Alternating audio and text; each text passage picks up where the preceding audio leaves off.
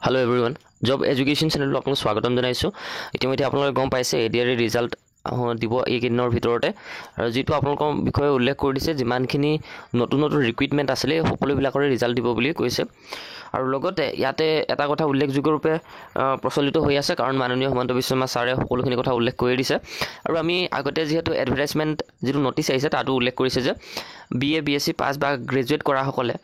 তেওঁলোকে grade 4 apply কৰিব নোৱাৰিব বুলি তাত ধুনিয়াকৈ মেনশন কৰা আছিল আৰু এই কথাটো সকলোৱে অৱগত যে গ্ৰেজুৱেট হলে ইয়াতে এপ্লাই কৰিব নোৱাৰে যেটো 8 পাস বা 10 পাস যিখিনি চাকৰি হয় কাৰণ তাতে বহুত কম কোৱালিফিকেশন অৰ্থাৎ 8 পাস 10 পাস থকা সকলে যেহেতু যোগ্য হয় এপ্লাই কৰিবলৈ তাত কোনো গ্ৰেজুৱেট ক্যান্ডিডেট এপিয়াৰ হ'ব নোৱাৰে সেই পৰীক্ষাটোত আৰু তাত সেই ক্ৰাইটেৰিয়া বা ৰুল এলিজিবিলিটি যিবিলাক মেনশন কৰিছে সেই মেনশন ৰূপে যেহেতু নিশ্চয়ৰূপে এটো আপোনালোকে গম পাইছে আৰু যদি সেই ৰুলটো যদি তেওঁলোকে ভংগ কৰিছে সো সেই কাৰণে একচন ল'ব বুলি কৈছে এতিয়া প্ৰথম কথাটো হৈছে যে তাতে আপোনালোকৰ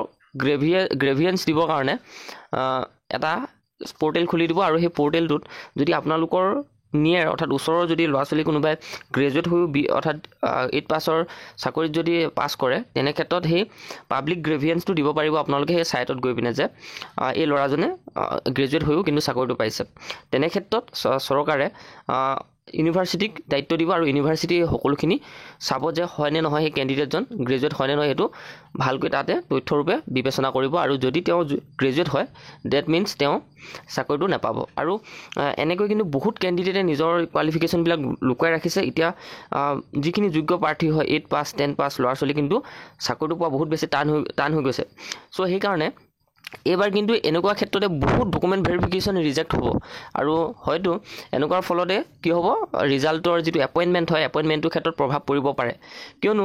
এনেকুৱা এটা যেতিয়া পোৰ্টেল ওপেন কৰিব বহুতে কিন্তু গ্ৰেভিয়েন্স দিব পাব্লিক গ্ৰেভিয়েন্স দিব যে এনেকুৱা ধৰণৰ হৈছে বুলি সো গতিকে প্ৰসেসটো অলপ হলো পাছলৈ যাবগে আৰু বহুতখিনি জেমেলাৰ সৃষ্টি হ'ব সো সেই কাৰণে আপোনালোকে যি সকলে 8 পাস 10 পাস তেওঁলোকে ইমান চিন্তা কৰিব লগা বিষয় নহয় কিন্তু এই ৰুলটো যেতিয়া ফলো হ'ব আগৰ বছৰ যি সকলে পাইছে তেওঁলোকৰ ক্ষেত্ৰতো কিন্তু এটা গ্ৰেভিয়েন্স আহি যাব কাৰণ বহুতে ক'ব যে মই গ্ৰেজুৱেট আছিলো মই যদি কেনসেল হয় তেতিয়া আগতে পোৱা হলো কিন্তু কেনসেল হ'ব লাগে সো এনেকুৱা এটা পৰিস্থিতি সন্মুখীন হ'ব আৰু নেক্সট কথাটো হৈছে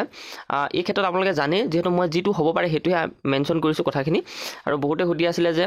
ডকুমেন্ট ভেৰিফিকেশনত গ্ৰেজুৱেচনৰ যেটো প্ৰভিজনেল এখন আপোনালোকক দিয়ে অৰ্থাৎ মেইন যিখন সাৰ্টিফিকেট হয় গ্ৰেজুৱেট পাস কৰাৰ পাছত সেই সাৰ্টিফিকেটখন হুনকালে নাপায় যেহেতু এইখন ইউনিভাৰ্সিটিত এপ্লাই চলে সেই এপ্লাইটোৰ কাৰণে তেওঁলোকে অনলাইন কৰিব লগা হয় আৰু 3-4 মাহ বা 7 মাহ মানৰ পাছতে কিন্তু সেই অৰিজিনেল যিখন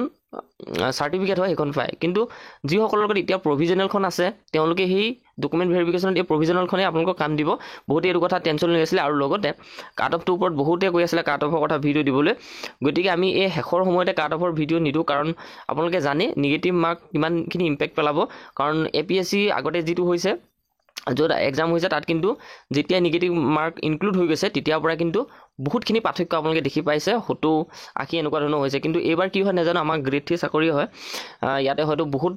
ডাঙৰ কম্পিটিশন কৰা লৰাছলিও কিন্তু ইয়াতে পৰীক্ষাটো দিছে গ্ৰেড 3 পৰীক্ষাত সো গতিকে কম্পিটিশনটো টাফো হ'ব পাৰে আৰু তেনে ক্ষেত্ৰত যদি গ্ৰেড নেগেটিভ মাৰ্কে কিন্তু ইম্প্যাক্ট পেলাব সো গতিকে এইখিনি কথা নকও আৰু বহুতে ড্ৰাইভাৰৰ কথা সুধি আছিল ড্ৰাইভাৰৰ কাট অফটো কম যাব বুলি কাৰণ পেপাৰখন বহুত ইজি আছিল বহুতখিনি টাফ হ'ব আৰু কাট অফটো বহুত বেছি যাব চাব আপোনালোকে বাকিবিলাক আপোনালোকে গ্ৰেড 3 ক্ষেত্ৰত কিন্তু বহুতখিনি কাট অফ যোৱা বছৰতকৈ কিন্তু 15 মাৰ্ক 10 মাৰ্ক এনেকুৱা ধৰণৰ কম দেখা পাব